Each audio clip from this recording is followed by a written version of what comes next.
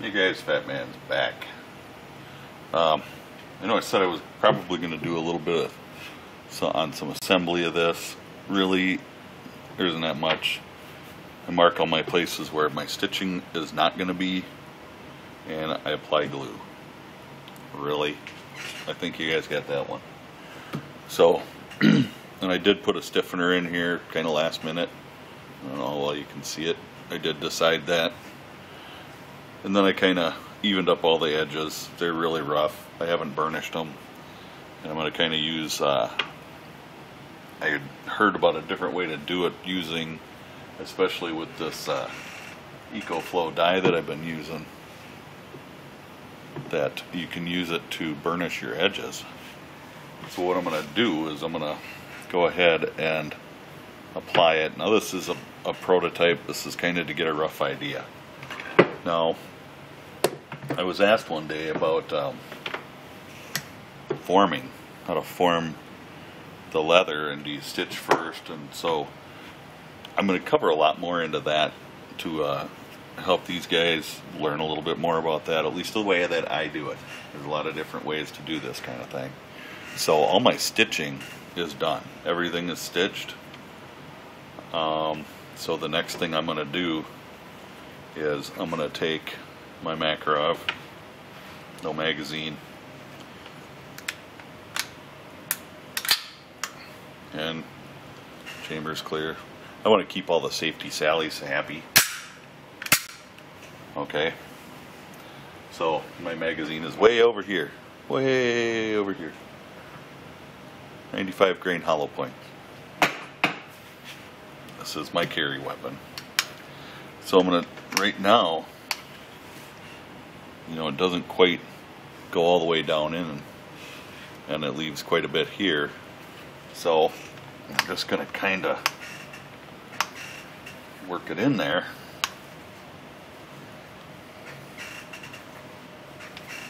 until the muzzle is right at the end, and when I wet form, it'll kind of curl these edges under so that it will look kind of like what these do.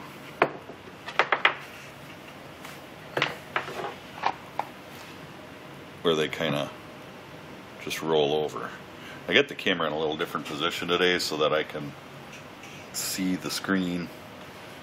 Remember, I'm using my phone for my camera, but so maybe some little close-ups are kind of nice. This is my carry holster. This is what I carry in. We don't need a lot of forming around it because the holster up against between your body and your belt are going to make it retain it. There is enough retention there that it's not falling out. If I shake it, it'll come out.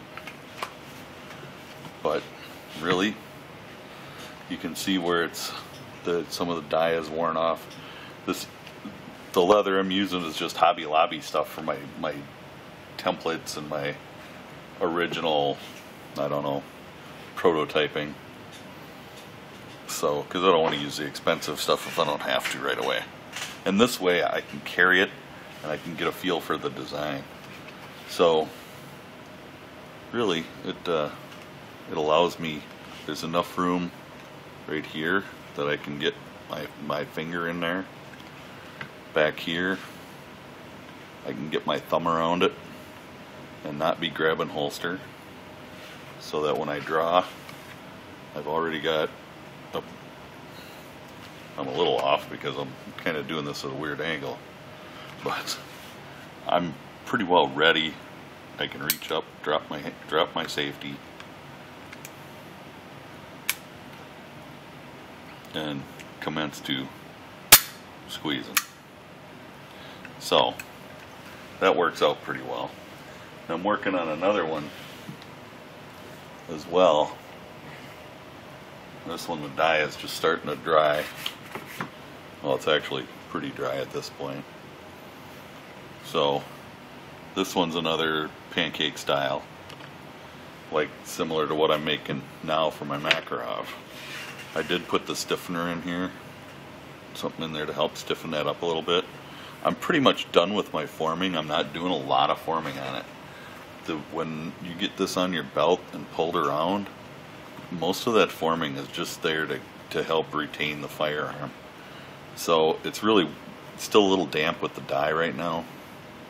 So I'm probably not going to do a lot of forming on it anymore, at least tonight. But one thing that I've been noticing that you got to make sure is you got to clear your magazine release. I've seen people do it before where it'll go in the gun and the magazine will just pop a little loose. You won't really know it, but as soon as you pull it out, you draw and you hold it, it falls out on the ground. And that's not what you want. So it fits pretty nice. I'm a little longer on the bottom here than I should be, so I'll probably wet that down good, and I'll give that a good, I'll give it a good turn over at the end.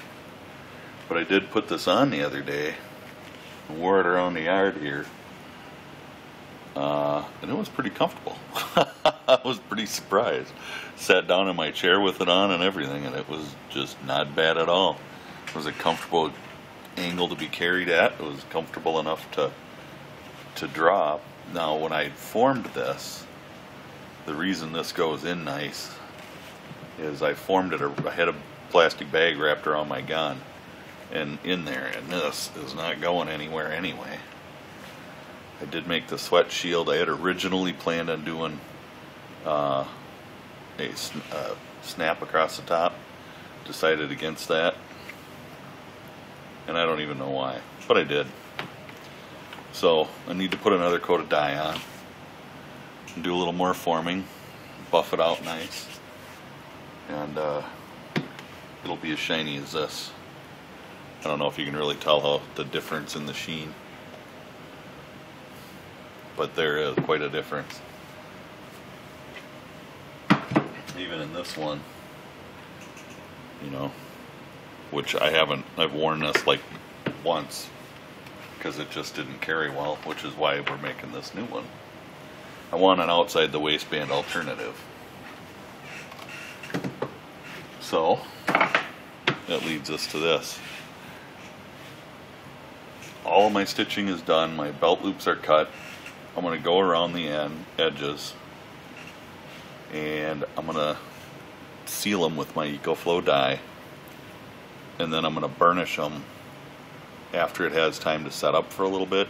I'll burnish the edges, and just for an idea what they'll look like after that, I did this one the same way, and that's really thick. This is 3 thicknesses of leather there, and there's 2 here, and you can tell it looks pretty acceptable, pretty passable for what you can tell on the camera. I've got a really bright fluorescent light over my bench, in case you haven't noticed that in other videos, but I need the light for when I'm working on whatever I'm working on. I need to be able to see. One of these days I'll do a video on my bench and let you see what all I got going on here. I like to have tools in easy reach, so they're right up there. I've got over here, there's 6 trays. There's 3 here, and up above that is 3 more. Way over in the corner, I don't know if you can see it, is my toolbox. I keep I keep a claw hammer up there, but mostly because it's metal. And my rotary tool.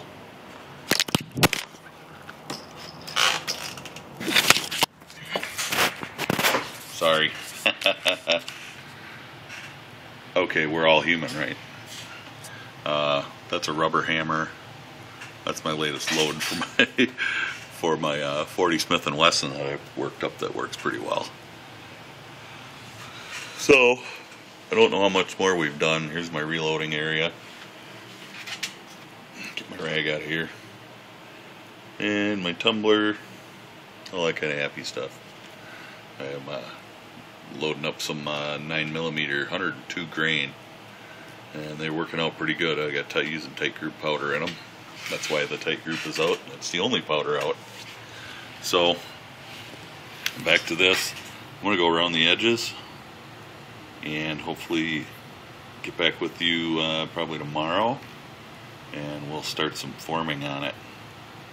So I may run all these, probably going to run all these videos together as one set. So stay safe and God bless.